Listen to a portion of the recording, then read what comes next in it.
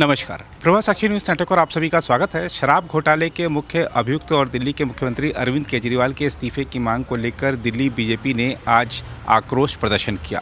हम आपको बता दें कि महात्मा गांधी के समाधि स्थल राजघाट पर दिल्ली बीजेपी के बड़े नेता जुटे, महात्मा गांधी को पुष्पांजलि अर्पित की, महात्मा गांधी का प्रिय भजन गाया और उसके बाद भ्रष्टाचार से लड़ते रहने का संकल्प लिया। इस दौरान दिल्ली बीजेपी अध्यक्ष वीरेंद्र सचदेवा ने सबसे पहले तो आम आदमी पार्टी को इस बात के लिए बधाई दी कि वो भी परिवारवादी दलों की सूची में शुमार हो गई है। उन्होंने कहा कि जिस तरह दिल्ली के मुख्यमंत्री की पत्नी ने कमान संभाल ली है, उससे लग रहा है कि अगली मुख्यमंत्री वही होंगी। हम आपको बता दें कि इस आयोजन में दिल्ली बीजेपी के तमाम नेता कार्यकर्ता मौजूद थे और सबने अरविंद केजरीवाल और आम आदमी पार्टी के विरोध में जमकर नारेबाजी की है। दिल्ली भाजपा के अध्यक्ष वीरेंद्र सचदेवा के नेतृत्व में आज बीजेपी कार्यकर्ताओं ने चिलचिलाती धूप में राजघाट के समक्ष धरना देकर अरविंद केजरीवाल सरकार के भ्रष्टाचार के विरुद्ध संघर्ष का संकल्प लिया। प्रदेश उपाध्यक्ष श्री दिनेश प्रताप सिंह द्वारा संचालित धरने पर बैठने से पहले वीरेंद्र सचदेवा के नेतृत्व में पार्टी नेताओं, सांसद डॉक्टर हर्षवर्धन, चांदनी चौक से लोकसभा प्रत्याशी प्रवीण खंडेलवाल, प्रदेश उपाध्यक्ष योगिता सिंह, विधायक अजय महावर, मोहन सिंह बिष्ट, अभय वर्मा और अनिल वाजपेयी, मीडिया प्रमुख प्रवीण शंकर कपूर, कार्यालय मंत्री ब्रजेश राय, मोर्चा अध्यक्ष ऋचा पांडे और तमाम पार्टी के नेता मौजूद थे। सबने गांधी जी का प्रिय भजन रघुपति राघव गाने के पश्चात भ्रष्टाचार के विरुद्ध आवाज़ उठाने और संघर्ष करते रहने का संकल्प लिया। आज के धरने में उपस्थित कार्यकर्ताओं में और भी जो विधायक हैं बीजेपी के, वो भी मौजूद थे। पार्टी के तमाम नेता मौजूद थे।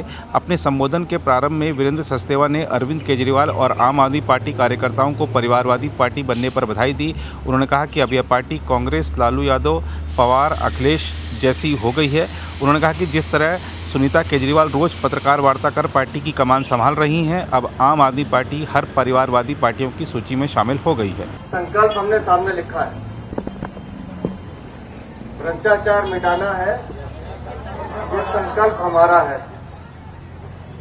और आज जब मैं यहाँ आया पहले तो अपने साथियों के साथ बापू की समाधि पर गया, जाके नमन किया और उस दिन को भी याद किया कि जब ये शराब नीति घोटाला पकड़ा गया था तब भी मैं अपने साथियों के साथ आया था। उस दिन भी एक संकल्प लिया था कि इस घोटाले का पर्दाफाश करेंगे, घर घर जाएंगे, गली गली जाएंगे, संघर्ष करेंगे, लेकिन इसको इसके अंजाम तक लेके जाएंगे। और आज मैंने सिर्फ बापू की समाधि पे इस संकल्प को दोहराया है कि आज भ्रष्टाचारी मुख्यमंत्री हिरासत में है, 2 मंत्री उसके जेल में है, एक सांसद जेल में है, लेकिन अभी दिल्ली में जो भ्रष्टाचार की जड़ें हैं उसका एक बार संपूर्ण नाश करना है और दिल्ली में एक ऐसा शासन देना है जो दिल्ली की जनता के लिए हो, दिल्ली की जनता के साथ हो, जो दिल्ली की जनता के लिए मरता हो और दिल्ली की जनता का विकास करता हो। और वो शासन देगा मोदी सरकार का डबल इंजन। जय श्री राम, जय श्री राम। बार बार अरविंद केजरीवाल जब उसके मंत्री कहते हैं अब क्यों गिरफ्तार किया। इतने कार्यकर्ता मेरे साथ खड़े हैं, बताइए उपराज्यपाल साहब ने शराब नीति की सीबीआई जांच की सिफारिश कब की थी? है किसी को याद? है किसी को याद? 22 जुलाई 22 जुलाई से ये जांच चल रही है। मनीष सिसोदिया जेल जाते हैं फरवरी में, ये 22 जुलाई 2022 की बात कर रहा हूं। मनीष सिसोदिया जेल जाते हैं फरवरी में, संजय सिंह जेल जाते हैं अक्टूबर में और 2 नवंबर से लगातार अरविंद केजरीवाल को सम्मन जाते हैं। अरविंद केजरीवाल सम्मन का पालन नहीं करते, कानून की अवहेलना करते हैं। अरे तुम्हारे में जरा सी गैरत होती, पहले सम्मन पे जाते, अपने आप को पेश करते हैं। लेकिन बेशर्मी की हद देखिए, 9वें सम्मन तक नहीं जाते हैं, कोर्ट में जाते हैं। लगातार 2 दिन माननीय हाईकोर्ट उनको धिक्कारता है, कोर्ट में साक्ष्य देके जाते हैं। उसके बाद कहा जाता है कि जाइए जांच में शामिल होइए। उसके बावजूद भी कोर्ट में खड़ा हुआ उनका वकील मना करता है कि हम जांच में नहीं जाएंगे। अरे जांच एजेंसी तो अपना काम कर ही रही है। आपने चोरी की है, भ्रष्टाचार किया है, लूट बचाया है। कहते हैं साक्ष्य नहीं है। अगर साक्ष्य नहीं है तो फिर उस समय के उप मुख्यमंत्री के जो सचिव एक्साइज का काम देख रहे थे, उनको अपने घर पे बुला के शराब नीति बदलने के लिए किसने कहा था? अरविंद केजरीवाल। वो आप थे जिसने कहा था, क्योंकि वो आपके घर पे बुलाया गया था। आपने अपने सामने ड्राफ्टिंग चेंज कराई थी। आपने साउथ लोबी को विजय नायर से मिलवाया था। आपने कहा था कि ये विजय नायर मेरा आदमी है, जो कहता है करेगा, कोई दिक्कत नहीं, हम आपकी मदद करेंगे। लेकिन आप हमें 100 करोड़ रुपया दे दो, क्योंकि मुझे तो पंजाब और गोवा का चुनाव लड़ना है। और जो पहली किस्त आती है 25 करोड़ की, दूसरी किस्त 45 करोड़ की गोवा में दी जाती है। जिन 4 लोगों को पैसे दिए जाते हैं वो भी मनी ट्रायल पकड़ा गया है। अरविंद केजरीवाल कहते हैं सबूत नहीं। इतने सबूत है अरविंद केजरीवाल, ये तो अभी झांकी है। जैसे जैसे इस जांच की परतें खुलेंगी, वैसे वैसे सिर्फ तुम नहीं, तुम्हारे पूरे कैबिनेट की, पूरे सरकार की पोल खुलती जाएगी और एक के बाद एक चेहरे बेनकाब होते जाएंगे। कह रहे थे मनोज भाई की दिल्ली की जनता की हाय लगी। अरे सोचिए, वो माताएं बहनें जो शराब नीति के खिलाफ है, जब गली गली में शराब की दुकानें खोली जा रही थी, मंदिर मस्जिद गुरुद्वारा कोई छोड़ा नहीं गया था। मैं उन घर में गया हूं जिनके पतियों को एक बोतल के साथ दूसरी बोतल फ्री मिलती थी। वो बहनें कहती थी कि रात को पीता है और मारता है। नए नौजवान बच्चों के हाथ में तुमने शराब की बोतल पकड़ा दी। पूरी की पूरी एक पीढ़ी को नशे में धकेलने का काम अरविंद केजरीवाल ने किया। तुम्हें तो हाय लगनी है। कितनी बहनों के ऊपर मुकदमे दर्ज किए जो विरोध प्रदर्शन करती है, तुम्हें तो हाय लगनी है। तुम्हें तो उन बहनों की भी हाय लग रही है कि जिन गेस्ट टीचर को तुम पक्का करने का वादा करके आए थे, वो भी आज सड़कों में धक्के खा रहे। समर्थ शिक्षा अभियान में पिछले 1.5 साल से बहनों को तनख्वाह नहीं मिली, उन बहनों को भी तुम्हें हाय लगी। वो 10,000 मार्शल, वो गार्ड जिनको तुमने धोखे से रखा और निकाल के बाहर कर दिया, उनके बच्चों की हाय तुम्हें लग रही है। वो स्वास्थ्य सेवा कर्मचारी जो 25 साल से नियमित नहीं हुए, उनकी हाय तुम्हें लगी। वो हर झुग्गी झोपड़ी वाला जो आयुष्मान योजना का 5 लाख का लाभ ले सकता था, प्रधानमंत्री की योजना का, तुमने दिल्ली में लागू नहीं होने दी, उसकी हाय तुम्हें लगी। वो हर झुग्गी वासी जिसको प्रधानमंत्री पद का मकान लेना चाहते हैं, लेकिन तुमने ये नहीं होने दिया, उनकी हाय तुम्हें लगी अरविंद केजरीवाल, इसलिए तुम जेल में। शर्म करो, शर्म करो, केजरीवाल शर्म करो, शर्म करो, केजरीवाल शर्म करो। अरविंद केजरीवाल, तुमने दिल्ली की जनता को ठगने का, लूटने का और झूठ बोलने का काम किया। अभी मुझे बता रहे थे मेरे पत्रकार साथी कि जेल से अरविंद केजरीवाल का संदेश आया है। मैंने सुना वो संदेश, लेकिन निर्लज्जता और बेशर्मी भरा संदेश है। अगर संदेश देना था तो जो पंजाब का मुख्यमंत्री या दिल्ली में अरविंद केजरीवाल, तुम्हें संदेश देना चाहिए था, भगवंत मान जाओ, तुम जहां से विधायक हो, तुम्हारे सिंगूर में 14 लोग जहरीली शराब पीने से मर गए हैं, तुम दिल्ली में क्या कर रहे हो? लेकिन वो बेशर्मी से सरकार जा रहा है। जिस पंजाब के मुख्यमंत्री के अपने विधानसभा में 14 लोग जहरीली शराब पीने से मर जाए, वो यहाँ के ढकोसला कर रहा है, क्योंकि नैतिकता नाम की कोई चीज नहीं है। सही कहा मनोज भाई ने, जेल से सरकार चलाएंगे। पहले दिन इस्तीफा देना चाहिए था अरविंद केजरीवाल को। और मैं बता रहा हूं, ये हमारे कार्यकर्ताओं की ताकत, मैं आपको बता रहा हूं, आप लोग डटे रहना, इसका इस्तीफा भी लेंगे, सरकार को बर्खास्त भी करेंगे। अध्यक्ष जी संघर्ष करो, अध्यक्ष जी संघर्ष करो, अध्यक्ष जी संघर्ष करो। छाछ तो छाछ छजनी पे बोलती। आज एक प्रेस कॉन्फ्रेंस हुई है, मैं मर्यादा में हूं इसलिए नाम नहीं ले रहा हूं। पिछले 9 साल से एक आदमी जो दिल्ली की जनता को लूट रहा है, प्रेस कॉन्फ्रेंस में कहा जाता है कि वो दिल्ली की जनता के साथ खड़े हैं। मैं आज उनसे पूछना चाहता हूं जिन्होंने प्रेस कॉन्फ्रेंस की है, जब दिल्ली का भ्रष्टाचारी मुख्यमंत्री अपने बच्चों के सर पर हाथ रख के कसम खा रहा था कि मैं सरकारी गाड़ी नहीं लूंगा, सरकारी सुविधा नहीं लूंगा, सरकारी कोठी नहीं लूंगा, सरकारी सिक्योरिटी नहीं लूंगा, उस दिन तुम्हें आके प्रेस कॉन्फ्रेंस करनी चाहिए थी जिस दिन इसने ये वादा तोड़ा था। जिस दिन उस राजमहल की चोरी पकड़ी गई कि 52 से 75 करोड़ रुपए अय्याशी पे खर्च किए गए और तुम उस सुविधा का लाभ ले रही थी, उस दिन तुम्हें आके प्रेस कॉन्फ्रेंस करनी चाहिए थी कि नहीं, मैं इस बंगले में नहीं रहूं।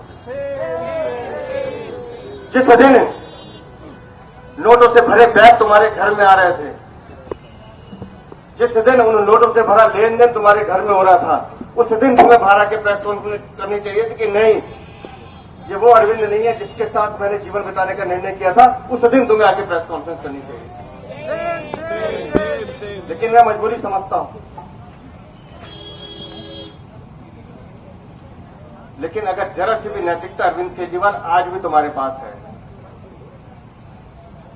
तुमने एक नहीं अन्ना समेत सैकड़ों हजारों कार्यकर्ताओं के साथ तो धोखा किया, तुमने दिल्ली की जनता को लूटा है, उनके साथ छल किया है, उनकी पीठ पे छुरा मारा है।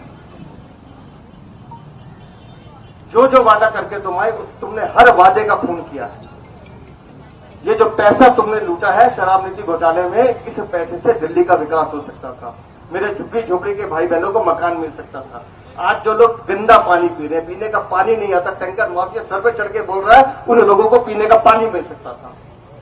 भ्रष्टाचारी किस लेवल का कितना क्रूर हो सकता है, भ्रष्टाचारी की परिभाषा कितनी खतरनाक हो सकती है, ये सारे अगर ढूंढना है तो अरविंद केजरीवाल नाम के उस जंतु में ढूंढा जा सकता है।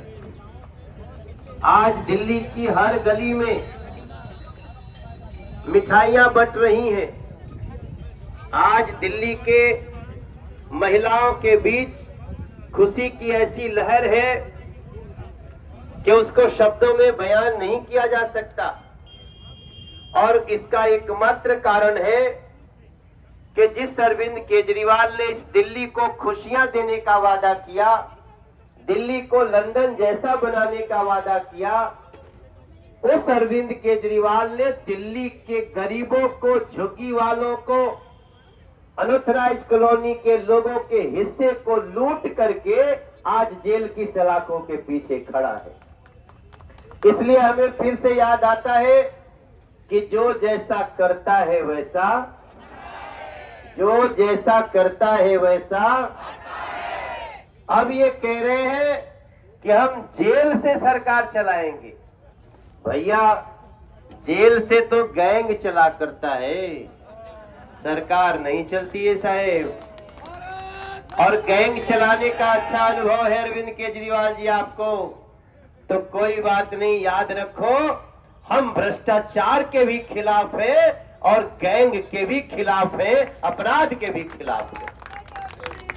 इस दिल्ली के गली गली में जिनकी गलियां बजबजा रही हैं, नालियां बजबजा रही हैं, वो क्या दुखी होगा आपके जेल जाने से अरविंद केजरीवाल जी। जिन बुजुर्गों के पेंशन आपने 2018 से खत्म कर दिए, वो बुजुर्ग कभी दुखी हो सकता है आपके सजा से। इस दिल्ली की जमुना जी के पानी को देखने के बाद कोई आपके साथ सहानुभूति रखेगा अरविंद केजरीवाल जी। इस दिल्ली में 9 साल से एक नया राशन कार्ड गरीब का नहीं बना, कौन तुम्हारे लिए खड़ा होगा यार। इस दिल्ली के टूटी हुई गलियों से, इस दिल्ली में तरह तरह की समस्याओं के बाद डीटीसी का कर्मचारी बिना वेतन के हुआ आपके लिए दुखी होगा। मार्शल बसों का सड़क पे बैठा अपने बच्चों के दूध रोटी के लिए संघर्ष कर रहा है, वो दुखी होगा। इस दिल्ली में जल बोर्ड के कर्मचारी जब अपने वेतन के लिए 2-2 पैसे के लिए लाले पड़े हैं, उनकी चिंता छोड़ के तुम राजमहल बनाओगे तो तुम्हारे लिए दुखी। और जो महिलाएं शराब का दुकान ना खुले इसके लिए आती थी, आप लोगों को देखे थे कि नहीं, आप देखे थे कि नहीं, वो महिलाएं आज उसी जगह आकर के और डबल होली मना रही। तो मेरा ये कहना है कि जो जैसा करता है वैसा, जो जैसा है वैसा। जेल से गैंग चलते हैं, सरकार नहीं। और ये दिल्ली के प्रत्येक लोग अब इंतजार कर रहे हैं 2024 में मोदी जी को एक तरफा सातों की सातों सीटें देने के बाद 2025 में अब भारतीय जनता पार्टी की सरकार बनाएंगे और अपने सारे कार्य कराएंगे। आप याद रखना, बताना गलियों में, मध्य प्रदेश में हम बिटिया को कितना महीना देते हैं आपको मालूम है? बड़ा बताओ। 2,500 रुपया महीना हर बिटिया को बीजेपी के सरकार में 2,500 रुपया महीना दिया है। क्या दिल्ली में मिलता है? मिलना चाहिए कि नहीं मिलना चाहिए? भारतीय जनता पार्टी का डबल इंजन देगा। हर छत्तीसगढ़ की महिला को कितना महीना मिलता है आपको पता है ना? 1,000 रुपया महीना मिलता है। वो हमारी दिल्ली की बहन को नहीं मिल सकता था क्या? आगे मिलना चाहिए कि नहीं? वो दे सकती है मोदी सरकार का डबल इंजन। घर घर तक पहुंचा के आइए। वीरेंद्र सचदेवा के समक्ष मनोज तिवारी खड़ा है और हम ताल ठोक के कह सकते हैं हमारी सरकार बनते ही ये सारा कार्य करेंगे। 5 लाख का फ्री इलाज भी मिलेगा, गरीब को प्रधानमंत्री आवास भी मिलेगा। ये दिल्ली की अरविंद केजरीवाल को दिल्ली की हाय लगी है मेरे भाई बहन, हाय लगी है। दिल्ली का हर आदमी खून के आंसू रो रहा है और दिल्ली को खुशी देने का काम हमारे वीरेंद्र सचदेवा के नेतृत्व में हम सभी करेंगे। अगर आप भी लेना चाहते हैं देश दुनिया की तमाम जानकारी तो आज ही सब्सक्राइब करें हमारे चैनल को। साथ ही नीचे दिए बेल आइकन को जरूर दबाएं ताकि हर अपडेट आप तक पहुंच सके।